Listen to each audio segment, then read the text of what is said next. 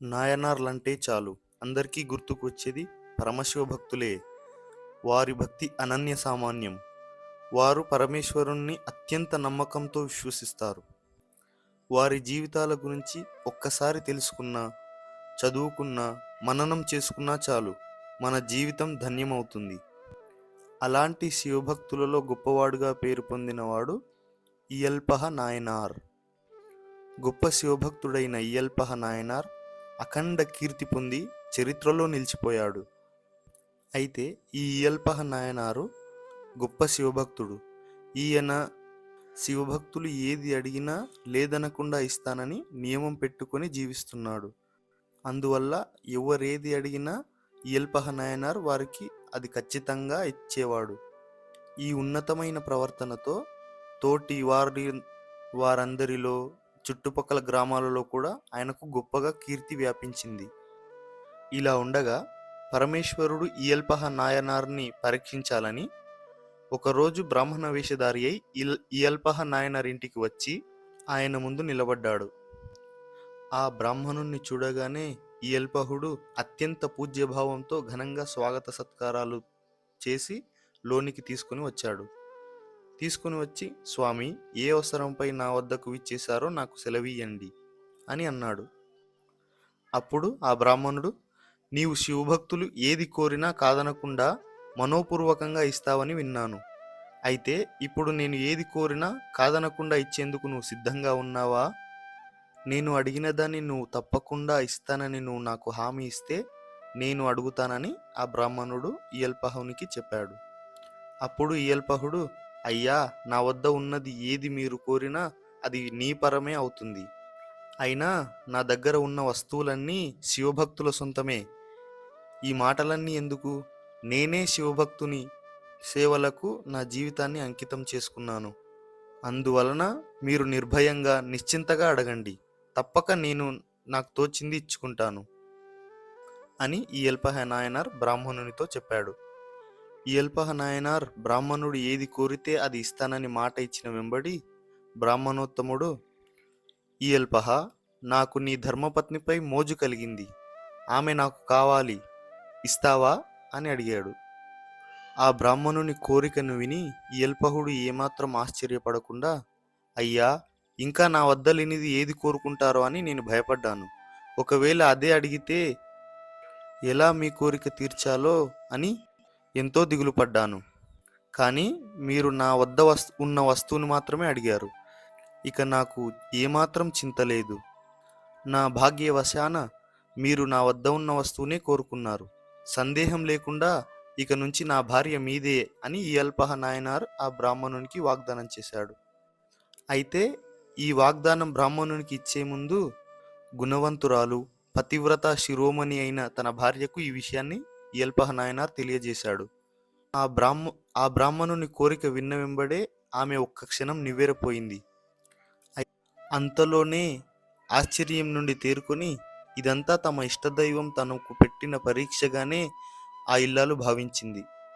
అప్పుడు తన భర్తతో, ప్రాణనాథ, బ్రాహ్మణుని కోరికను మీ ఆదేశం మేరకు నెరవేర్చేందుకు నేను అంగీకరిస్తున్నాను.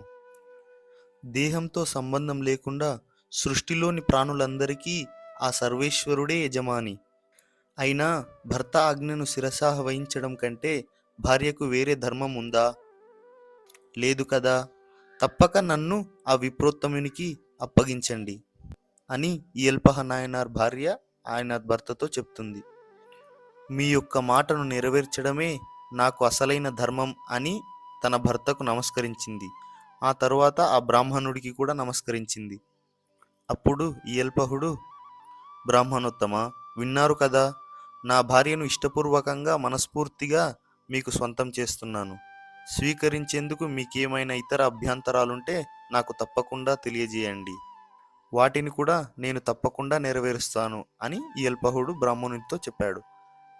అప్పుడు ఆ బ్రాహ్మణుడు, నాకేమీ అభ్యంతరం లేదు, కానీ నీ వద్ద నుండి నీ భార్యను, నీకు అత్యంత ఇష్టమైన ప్రియపత్నిని నా వెంట తీసుకువెళ్తుంటే మీ బంధువులు ఎవరైనా చూసి, లేకపోతే మీ మిత్రులు ఎవరైనా చూసి నన్ను అడ్డగించి నా మీద దాడి చేసే అవకాశం ఉంది. కాబట్టి అలా జరగకుండా అలా ఎవరూ నన్ను ఆపకుండా నీవే నా వెంట ఉండి నీ భార్యతో సహా నన్ను ఈ ఊరి దాటించు అని ఆ బ్రాహ్మణుడు భయంతో ఇయల్పహునితో అన్నాడు. అందుకు ఇయల్పహుడు ఏమాత్రం తడబడకుండా, అయ్యో స్వామి, ఇదా మీ భయం? మీకేమీ భయం అక్కర్లేదు. అసలు తప్పు నాదే. మీరీ మాట చెప్పకుండానే నేను మీతో మాట చెప్పి ఉండాల్సింది. నేనే నీతో వస్తానని. నన్ను క్షమించండి అంటూ ఇయల్పహ నాయనార్ ఇంట్లోకి వెళ్ళి ఒక సంచిలో ఆయన దగ్గరున్న కత్తులు గొడ్డన్లు మూటగట్టుకుని వెండ తెచ్చుకున్నాడు. తరువాత ఇయల్పహుడు బ్రాహ్మణునితో, నేను మీకు రక్షణగా ఉంటాను, ఎవరు అడ్డు వచ్చినా సహించను అని ముగ్గురు బయలుదేరారు. బ్రాహ్మణుడు భయపడిన విధంగానే ఇయల్పహుని యొక్క బంధువులు, స్నేహితులు మరియు ఆ గ్రామస్తులంతా ఇయల్పహుడు చేస్తున్న పనిని ఎంతగానో నిందించారు. నీవు చేస్తున్న పని ఈ వంశానికే చెడ్డ పేరు తెస్తుందని ఆ గ్రామస్తులంతా నిందించారు ఇయల్పహుని. అలా ఇయల్పహునితో మరియు ఆ బ్రాహ్మణునితో గ్రామస్తులంతా వాదనకు దిగారు. ఇంతమంది బంధువుల్ని, గ్రామస్తులని చూసిన ఆ కపట బ్రాహ్మణుడు భయపడుతున్నట్టు నటిస్తూ, అయ్యా ఇయల్పహ, నీ బంధువుల దాడి నుండి నన్ను రక్షించి అందమైన ఈ పూబంతిని, కాంతామణిని నా వశం చేయమని ఇయల్పహునితో అన్నాడు. అప్పుడు ఇయల్పహుని భార్య బ్రాహ్మణునితో ఇలా అంటుంది, స్వామి, మీరు అనవసరంగా భయపడుతున్నారు. నా భర్త వారందరికీ నచ్చజెప్తాడు. కుదరని పక్షంలో వారందరినీ ఎదిరించైనా నన్ను మీ వశం చేస్తాడు. మీ చేతికి నన్ను తప్పకుండా అందిస్తాడు. మీరు భయపడకండి అని ఇయల్పహుని భార్య ఆ బ్రాహ్మణునికి నచ్చజెప్పింది. అప్పుడు ఇయల్పహుడు బ్రాహ్మణునితో, మీపై దాడికి దిగిన నా బంధువులందరినీ కడతీర్చి మీ దారిని సుగమం చేస్తాను అని అన్నాడు.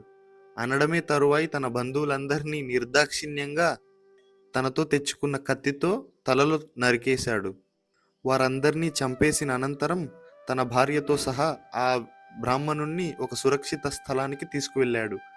ఇయల్పహుడు తాను ఇచ్చిన మాట నిలబెట్టుకోవడం కోసం తన ప్రాణాలు ఇవ్వడానికైనా లేక ఇతరుల ప్రాణాలు తీయడానికైనా సిద్ధపడ్డాడు. ఇప్పుడు కూడా బ్రాహ్మణునికి ఇచ్చిన మాట కోసం తన భార్యను సైతం అతనికి త్యాగం చేశాడు. మరియు అడ్డు వచ్చిన తన సొంత బంధువులను కూడా ఇచ్చిన మాట కోసం కడతీర్చాడు.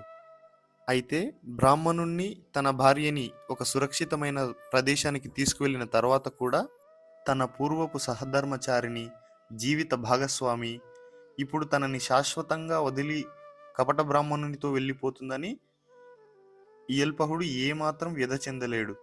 మనస్సులో ఇలాంటి బాధ లేకుండా ఇయల్పహుడు ఆ బ్రాహ్మణునికి నమస్కరించి ఇంటికి బయలుదేరి వెళ్ళిపోతున్నాడు. అప్పుడు ఆ బ్రాహ్మణుని వేషంలో ఉన్న పరమేశ్వరుడు అతని అకుంఠిత దీక్షా దక్షతను, అత్యంత సాహసోపేతమైన నిర్ణయాన్ని చూసి ఎంతో సంతోషించాడు.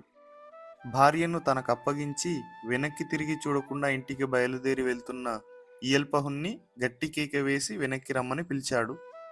మళ్ళీ ఏమైందా అని భయపడుతూ ఇయల్పహుడు సంశయంగా బ్రాహ్మణుని దగ్గరకు వెళ్ళడం ప్రారంభించాడు.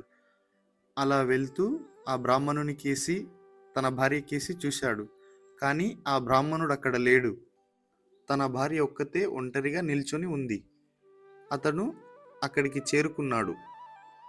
అతనక్కడికి చేరుకోగానే ఉమాసహిత మహేశ్వరుడు నందివాహనుడై కైలాసం నుండి ఇయల్పహుని దంపతులకు దర్శనమిచ్చాడు. ఇంతకుముందు ఇయల్పహుడు నరికి చంపిన తన గ్రామస్తులు, బంధువులందరినీ మళ్ళీ జీవింపచేశాడు పరమేశ్వరుడు. అంత్యదశలో మీ దంపతులతో సహా మీ బంధువులందరికీ కూడా కైలాస ప్రాప్తి కలిగేలా నేను వరాన్ని అనుగ్రహిస్తున్నానని పరమేశ్వరుడు ఇయల్పహ నాయనార్ని దీవించాడు. అలా పరమశివుడు పెట్టిన కఠిన పరీక్షలో కూడా విజయాన్ని సాధించి, తానే కాకుండా తన బంధువులందరినీ కూడా ముక్తికి చేర్చి శివభక్తాగ్రేశ్వరునిగా ఇయల్పహ నాయనార్ చరిత్రలో నిలిచిపోయారు. ఇలా మహాభారతం గురించి, ఆధ్యాత్మికతకు సంబంధించిన ఎన్నో విషయాలు తెలుసుకోవడం కోసం మన ఛానల్ను సబ్స్క్రైబ్ చేయండి. ఇంకా 63 మంది నాయనార్ల చరిత్రను తెలుసుకోవాలనుకుంటే మన ఈ వీడియోను అందరికీ షేర్ చేయండి. Thank you.